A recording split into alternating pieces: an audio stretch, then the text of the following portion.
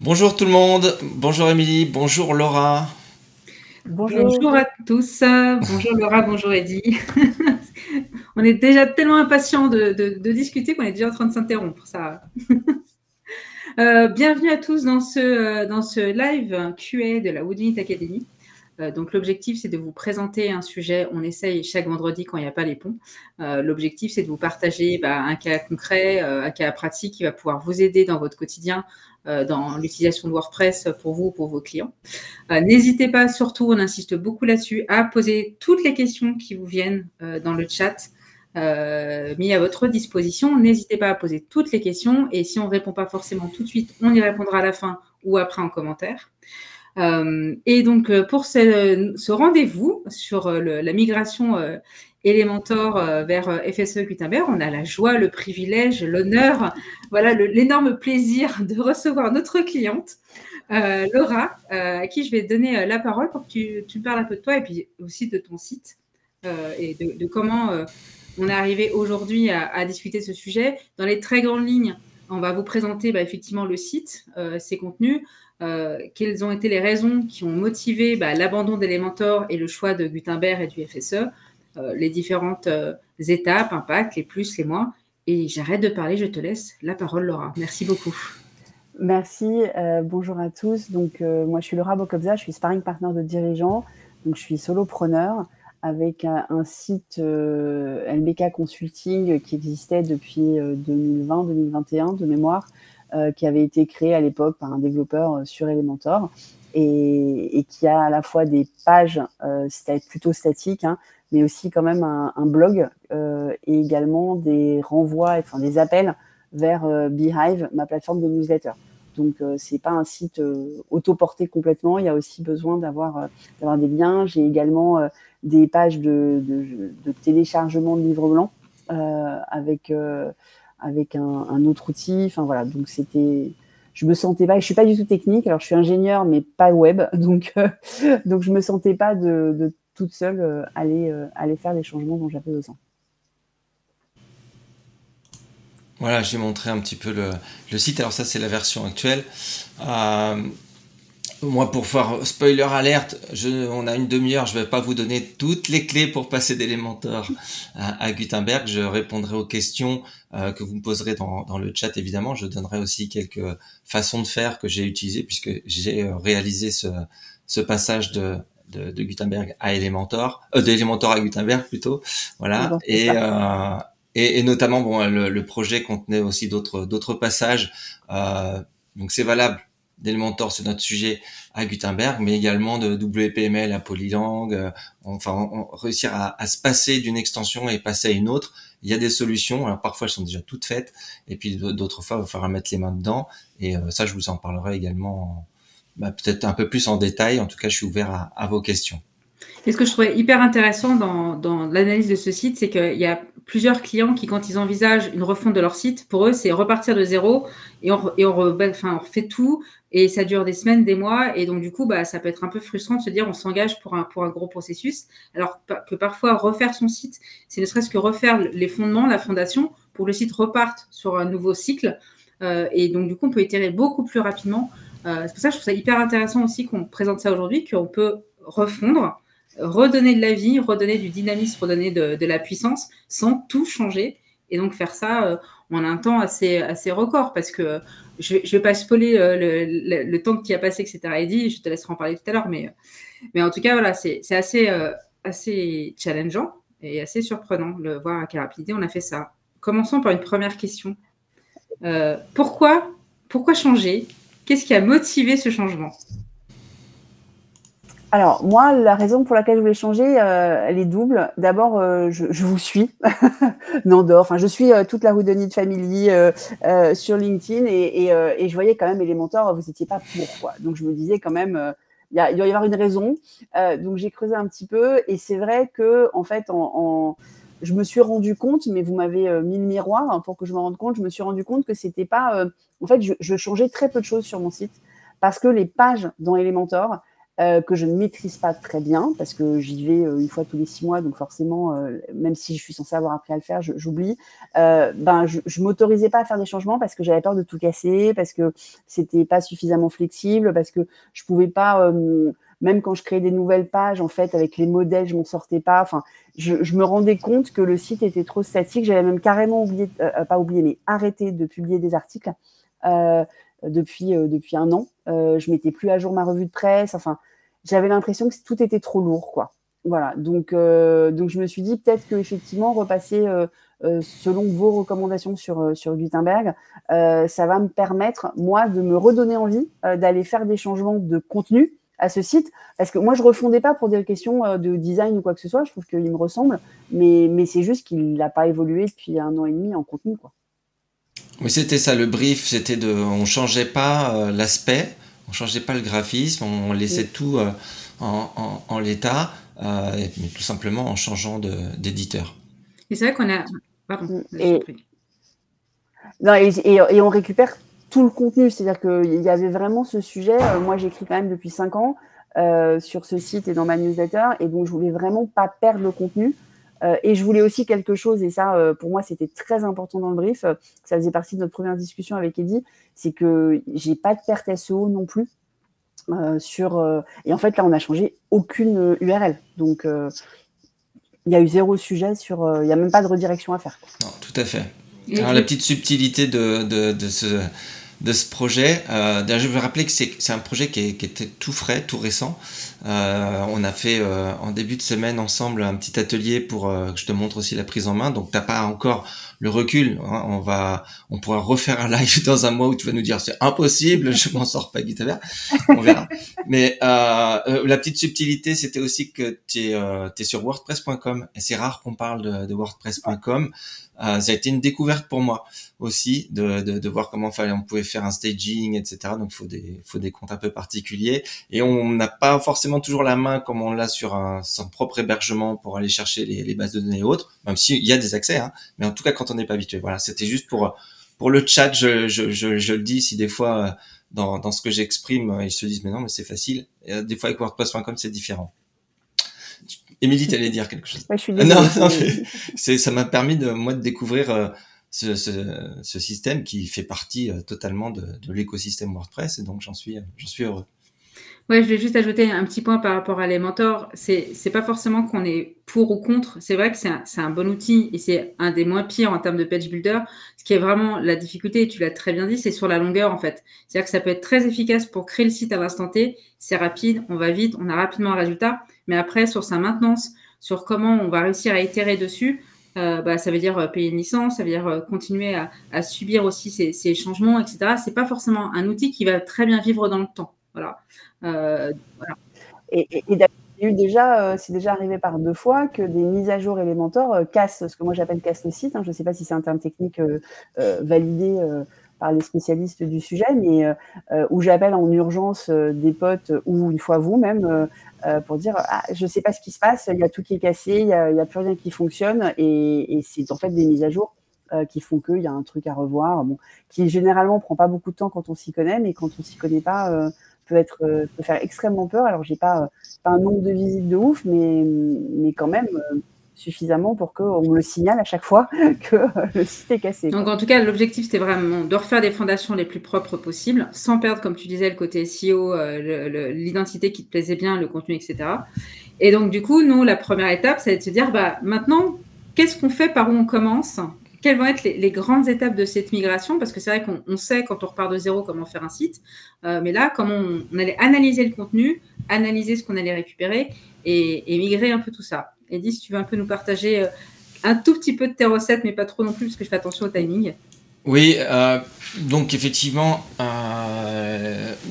comme tu le disais, il y avait pas de changement pour le SEO, puisque j'ai cloné le site, donc on garde toute l'arborescence, on garde tout le contenu. La première chose à faire, et je parle pas du côté multilingue, mais en tout cas pour Elementor, c'est tout simplement de le désactiver et de le désinstaller. Voilà, ce qui fait qu'il va vous rester. Heureusement, il y a des content builders qui sont beaucoup plus sales qu'Elementor, ce qui fait qu'on récupère du contenu. on récupère tout ce qui est texte, on récupère des images. Tout ça, c'est déjà dans les médias, dans la galerie média, donc on le perd pas. Le gros travail après, ça va être de reconstruire des compositions avec Gutenberg qui correspondent, puisque là il fallait refaire la même chose, qui correspondent à ce que tu avais fait. Donc comme dans tout projet qu'on va faire avec Gutenberg, je parle même pas que de FSE, juste Gutenberg, que ce soit d'une maquette ou d'un site existant, ça va être d'analyser, de dire voilà, ici je vais avoir besoin souvent d'une image, du texte avec un titre, un bouton, je vais prendre un média et texte, ou je vais mettre des colonnes en fonction de ce que je veux faire. Et puis je vais recréer ces compositions. Et puis au fur et à mesure des pages, on va retrouver ces compositions et les réutiliser et aller mettre le texte qui est déjà présent dans la page, aller le re-ranger au bon endroit et sous la bonne forme.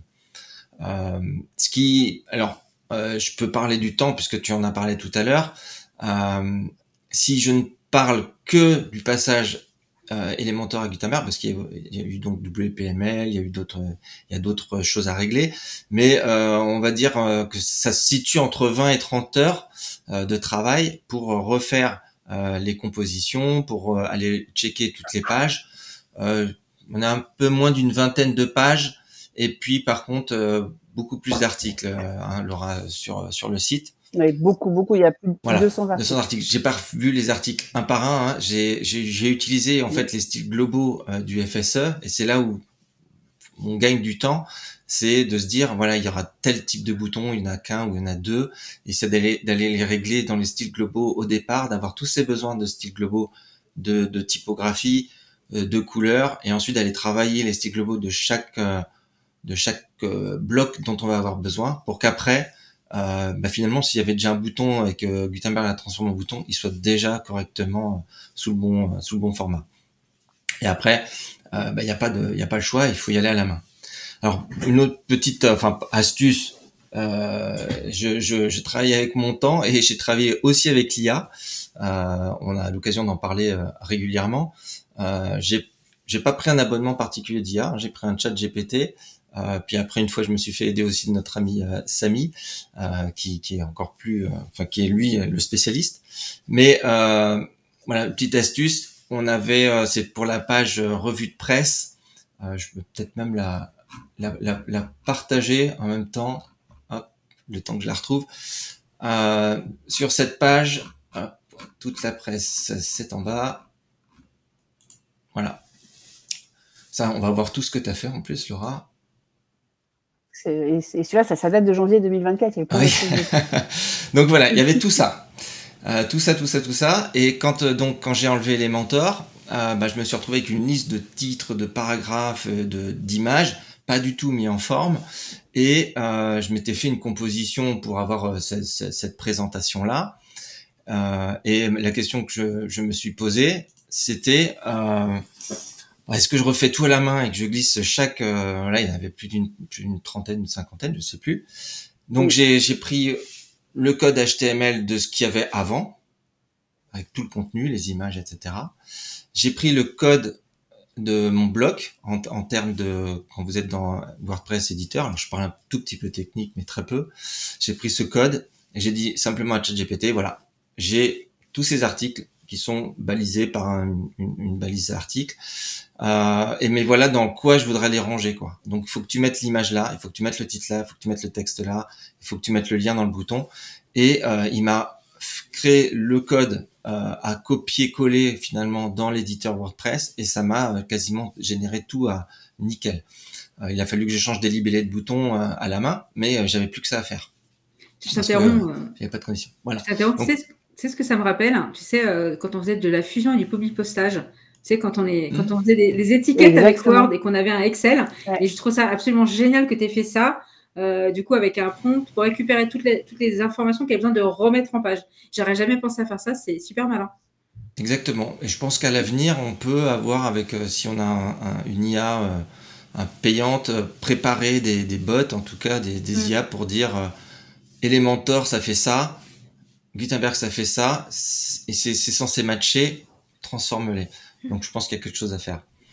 Voilà pour la grande partie d'Elementor. En fait, voilà, simplement, vous clonez le site, vous supprimez Elementor, vous recréez toutes les compositions et ensuite il faut aller sur chaque page pour remettre les contenus dans les compositions. J'ai une petite question, parce que toi, moi, en termes de process, j'aurais pas du tout fait comme toi. Pour ça m'intéresse vraiment de savoir pourquoi tu as eu cette approche-là. Parce que moi, j'aurais fait un autre site vierge à côté. Et toi, je serais repartie d'un truc à zéro et j'aurais recopié-collé, toi, à chaque fois. Et je pense que j'aurais passé beaucoup plus de temps que ce que tu as fait, toi. Mais avec ta technique, j'aurais eu peur de me retrouver avec un site où tout est en bazar et que je passe beaucoup de temps, toi, à repasser sur chacune des pages, en fait. Est-ce que tu t'es posé la question de est-ce qu'il y a une technique qui est meilleure qu'une autre, ou tu t'es dit, allez, je pense que ça sera celle-ci la plus efficace, allons-y. Alors, étant donné le nombre d'articles, le fait que ce soit multilingue, je me voyais pas tout réimporter. En fait, réimporter, ça aurait été la même chose, parce que j'aurais réimporté exactement le même contenu qu'en le clonant. En plus, en retirant Elementor, on s'est rendu compte qu'il y avait des compositions qui transformaient certaines choses en compositions synchronisées, donc notamment des boutons un peu particuliers pour ouvrir des pop-up pour les rendez-vous sur ton site, Laura. Et ça, j'ai pu transformer ce code en vrai bouton Gutenberg avec les éléments qui allaient bien. Et du coup, je savais que ça allait, comme c'était en compo synchronisé, ça allait se remettre aux bons endroits automatiquement. Et du coup, tu as gardé le même thème ou tu as changé le thème du site au final? Ah bah non, parce que quand tu es sur Elementor, tu as vraiment le thème Elementor. Tu n'as pas une surcouche, ok. Voilà, exactement. Donc là, je suis parti sur 2025, tout simplement. Le meilleur, toujours. Toujours. Mais effectivement, il y avait sur la partie est-ce que c'est propre ou pas quand ça arrive, la première recette, voilà, on a vu et qu'il y avait quand même des soucis de marge, voilà. Mais c'était vraiment des petits trucs et c'était la majorité du temps sur des choses en fait synchronisées sur l'ensemble des articles. Donc il suffisait de les repérer une fois et de les corriger une fois. Et ça allait sur des marges de boutons, sur même des marges carrément de lecture d'articles. Sur ma partie blog. Donc la première recette était quand même à 85% en fait propre, mais ça a permis de très vite corriger ça en fait. Oui, c'est ce que je disais, travailler dans les styles et essayer d'avoir toujours les valeurs par défaut, valeurs que vous pouvez changer vous. C'est important parce qu'effectivement on a pu faire ça après et presque en direct, c'est-à-dire que tu me dis bah moi tous mes titrages 2 finalement ils sont trop gros ou trop petits, aller changer la valeur des titrages 2, ça doit paraître évident peut-être à ceux qui nous écoutent et qui utilisent un peu Gutenberg, mais c'est souvent une erreur qu'on fait au départ, en tout cas quand on est débutant, de d'abord commencer par une page en fait, c'est-à-dire je crée ma page d'accueil, j'ai mon H2, mon H1, ah bah mon H2 il devrait être plus petit, plus grand. Et après, bah, quand on fait une autre page et qu'on remet un H2, je dis, alors, c'était quoi déjà mes paramètres? C'était quoi mes styles? Donc non, il faut vraiment se focaliser sur tous les styles dont on va avoir besoin, garder dans toutes les pages les styles par défaut, sauf cas exceptionnel, pour se dire que si on veut changer, demain Laura, tu veux changer le vert en orange, on change le vert en orange, ça va changer partout l'utiliser, que si on veut changer des tailles de titres, des typos, etc. Bon, ce qui paraît basique, ce qui est la base normalement de FSE, mais si on s'y prend mal, on aura beau changer les styles globaux, si on a tout fait paramétrer, custom, personnalisé dans chaque page, eh bien ça n'aura aucun effet. Ouais. Et c'était moi en plus, c'était vraiment l'objectif de cette refonte, c'était que je devienne complètement autonome pour recréer du contenu, parce qu'il faut vraiment que je recrée du contenu sur ce site, et que j'ai le moins de questions à me poser en fait, que je puisse être vraiment focalisée sur le contenu et pas sur attends, le H2 c'était quoi déjà, le bouton comment est-ce que je fais, voilà. C'était vraiment important pour moi que ça me simplifie vachement la création de contenu. Alors et là, de ce que j'ai vu, comme l'a dit Eddy, je reviendrai peut-être dans un mois ou deux vous dire que non, finalement pas du tout, parce que j'ai pas encore créé dessus vu qu'il est live depuis lundi.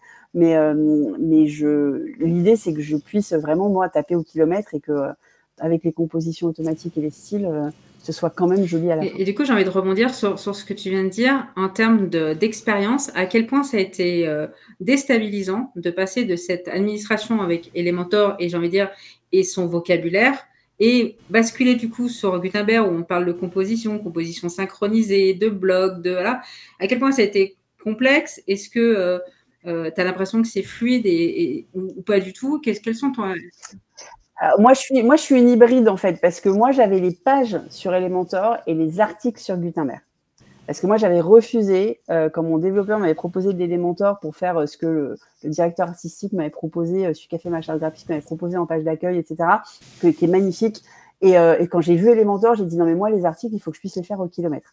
Donc, j'avais refusé. Donc, j'étais déjà familière avec la notion de bloc et de synchronisation.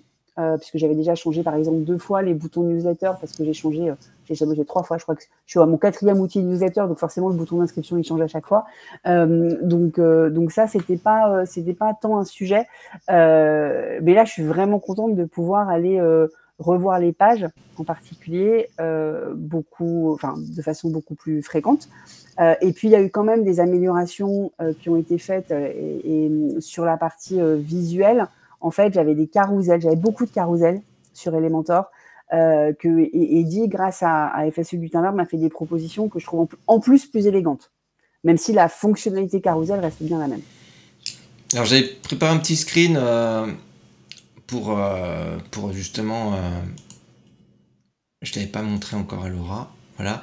Alors, avec des pincettes, hein, toujours quand on fait des tests. Donc, en haut, on a l'ancien site que j'ai mis sur un staging et le site aujourd'hui. Sachant que il n'y a pas eu de travail fait de plus sur l'optimisation des images ou sur le cache ou autre. Ça, on n'a pas touché. Uniquement, là, on est uniquement à avoir retiré WPML et Elementor. Pour Gutenberg et Polylang. Tu avais déjà des scores en vert, donc c'était bien. Et bon voilà, on note quand même une amélioration c'est pas une surprise, hein, parce qu'on sait que on prend quelque chose de natif et on a enlevé une extension qui était ajoutée, donc forcément on gagne.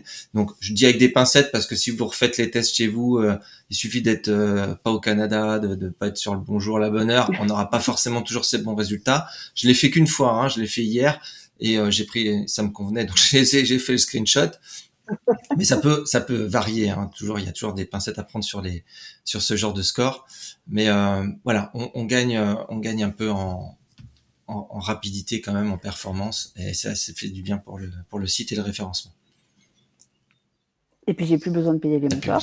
Ça aussi, ça fait du bien.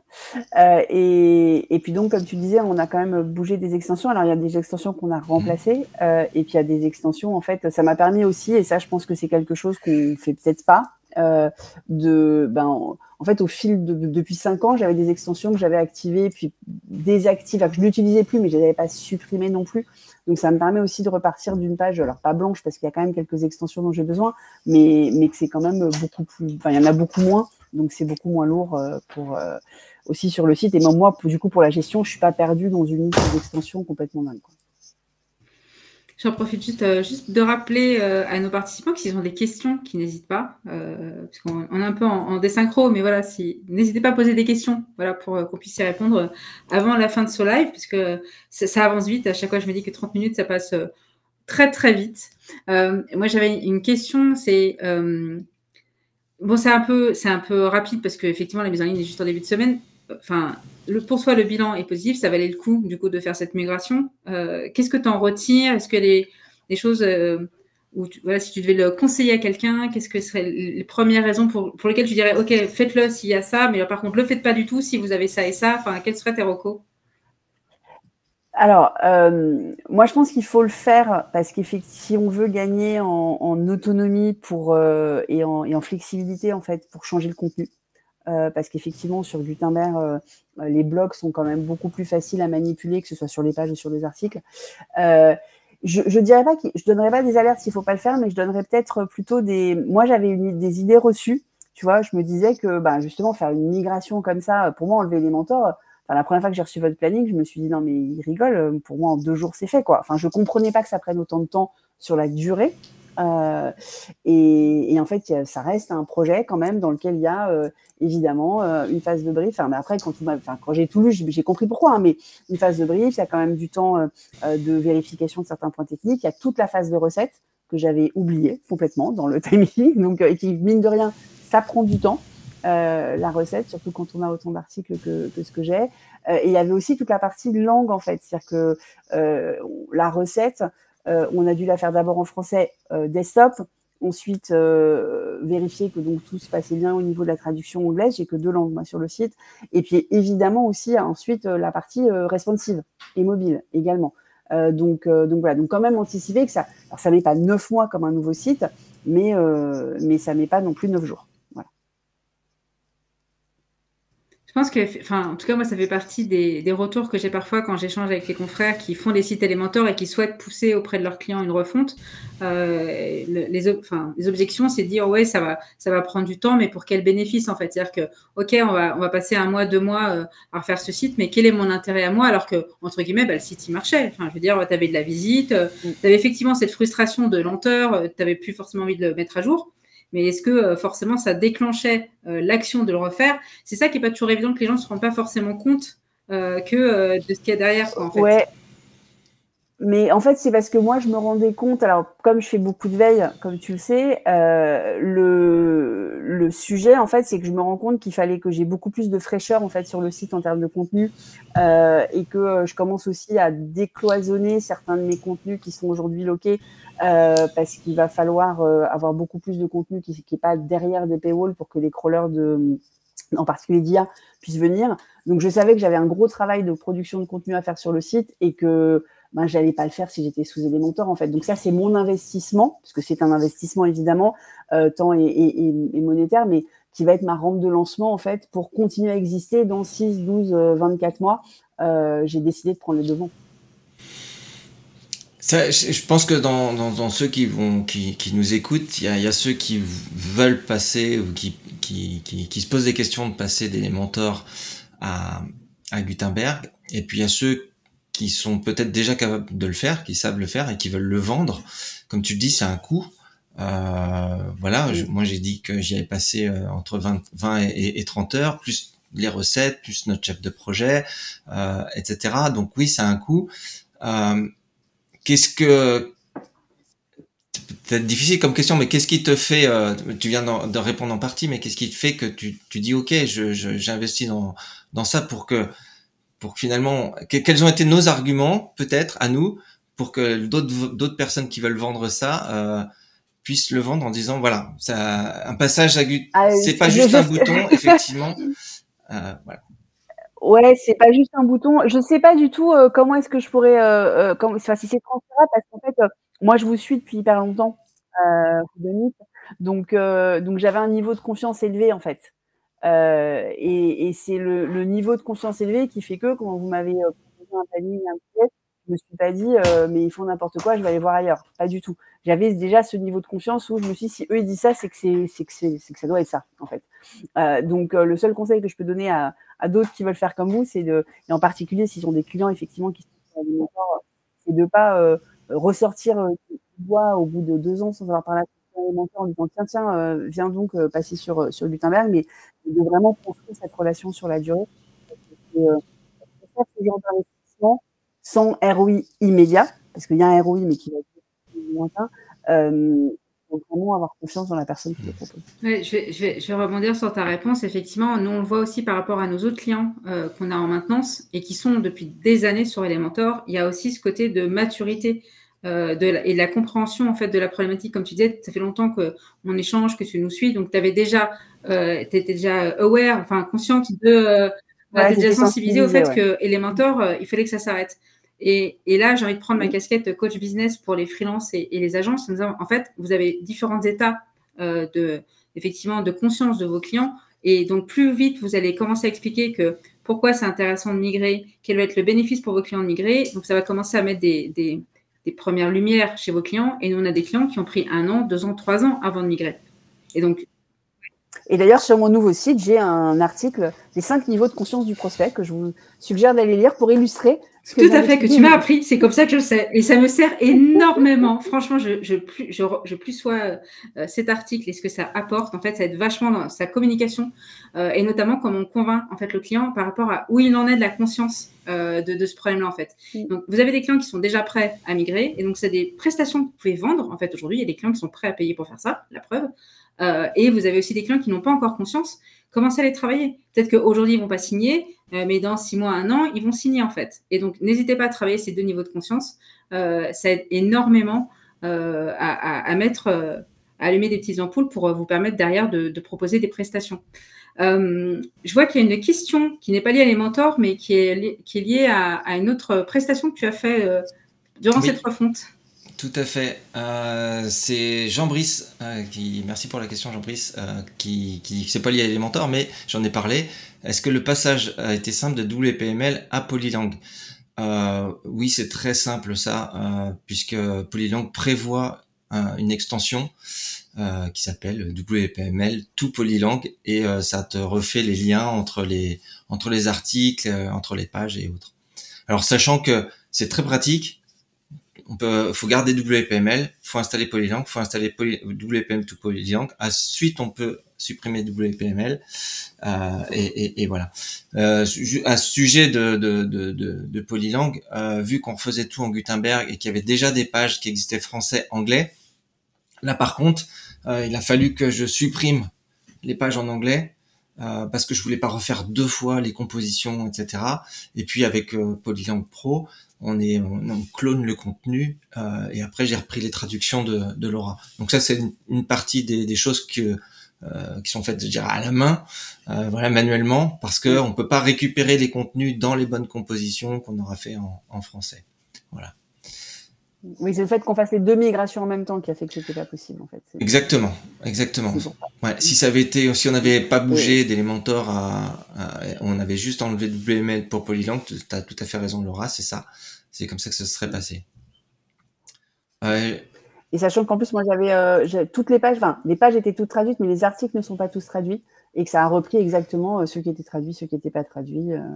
Voilà, donc j'ai eu 0 sujet de recette sur cette migration. Ouais. Eh ben, la maîtresse du temps vous informe que nos 30 minutes sont déjà écoulées. Ça passe tellement vite quand on s'amuse. Ouais. Alors moi, je vais en profiter quand même quelques minutes pour partager ce QR code. Pour ceux qui sont intéressés de voir du concret, de partager un atelier, voire partager votre projet avec moi. Je fais des ateliers, 10 au maximum, et puis vous partagez vos écrans, je partage le mien, et on regarde des cas concrets de passage d'Elementor à Gutenberg, et voilà, vous me partagez vos projets et on travaille dessus pendant 2 heures. N'hésitez pas à scanner le QR code si ça vous intéresse. J'ai mis quelques dates, j'en remettrai d'autres. Voilà, on a déjà des dates passées sur lesquelles on a eu du monde. Donc ça se passe très bien, et c'est surtout le partage qui est très intéressant d'expérience. Et puis Florian, je dis bonjour à Florian, qui nous dit que ça serait peut-être intéressant un outil. Bah oui, pourquoi pas. Si quelqu'un veut développer un outil de passage d'Elementor à Gutenberg, il y a du boulot. Petite IA. Et tu en as parlé un peu rapidement, Laura. Je recommande énormément ta newsletter. Voilà, franchement, donc pour s'abonner, le plus simple, c'est d'aller sur ton site, je pense. Ouais. Comme ça, vous verrez, en plus, le site qui fonctionne, donc normalement, très bien. Parfait. Eh ben, merci à tous, à tous les participants. Merci Laura, surtout, d'avoir accepté de participer à ce live. Ouais, merci beaucoup. Eddy. Merci Émilie, merci Laura.